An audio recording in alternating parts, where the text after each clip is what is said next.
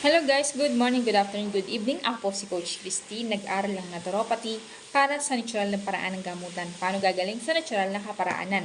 Kung ikaw ay may mga iniinom na mga maintenance na gamot, pero hindi ka pa rin gumagaling para sa iyong high blood, mataas na cholesterol, mataas na blood pressure, mataas na uric acid, may bukol, may prostate at iba't ibang uri ng karamdaman, huwag mo itong baliwalain.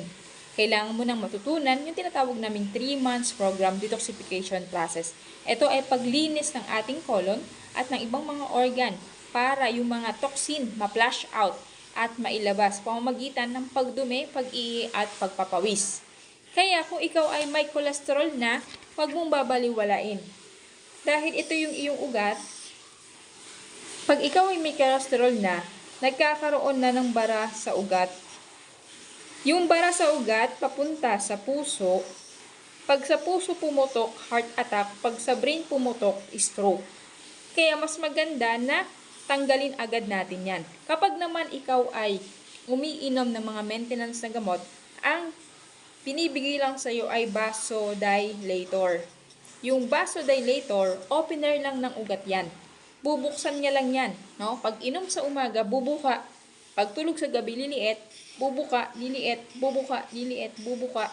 Kaya 5 years ka nang umiinom ng gamot mo sa high blood, hindi ka naman gumagaling. No? Kailangan mong i-detox. Tanggalin yung root cause para iwasan natin ang stroke at heart attack. Dahil kapag na-stroke ka, hindi mo na maibabalik yung katawan mo sa dati. Forever ka nang alagain. Yung kamay mo, hindi mo na ma-close open, nahihirapan ka na rin maglakad. Pero mas nakakatakot yung heart attack. Kasi pag sumakit ang dibdib, dinala ka sa ospital, hindi ka man lang makakaabot. Kadalasan, 50-50 ka na. Swerte mo kapag nabuhay ka pa. So, kailangan po natin na magtanggal agad ng toxin. Ito po, makakatulong yung ating barley with paragis and probiotic.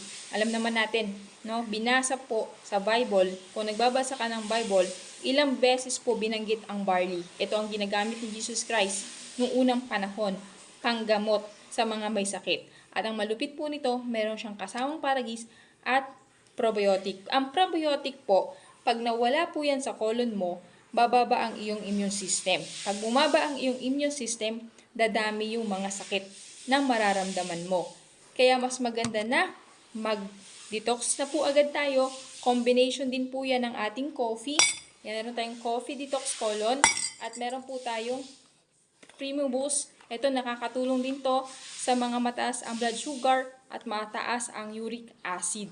Ito po yung iniinom ko na nakatulong din sa akin noong 2024 ng December. Nag-suffer ako sa mataas na uric acid. Hindi na maigalaw yung aking kamay at paa.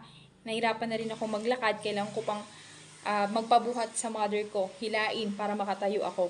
Ganon ka lupit. No? Kasi nga, nakakain ako ng mga pagkain nakaka-trigger sa uric acid. So, kapag kayo ay nag-avail ng ating 30 days detox program, meron po tayong guidelines, no? Kasi importante ang guidelines. Parang may mga nagtatanong sa akin, Coach Christine, umiinom naman ako ng herbal pero di ako gumagaling. Hindi kasi tamang combination yung ginagawa. Baka paisa-isa lang ang inom mo. And then, wala ding guidelines. Yung guidelines, doon nakalagay yung mga dapat at bawal kainin. Lalo na kung may bukol ka, mataas na uric acid, mataas na cholesterol, meron niyang iba't ibang guidelines. Thank you and God bless. Subscribe my YouTube channel, Lingap Kalusugan Wellness. Mag-comment ng how kung ikaw ay may nararamdaman na.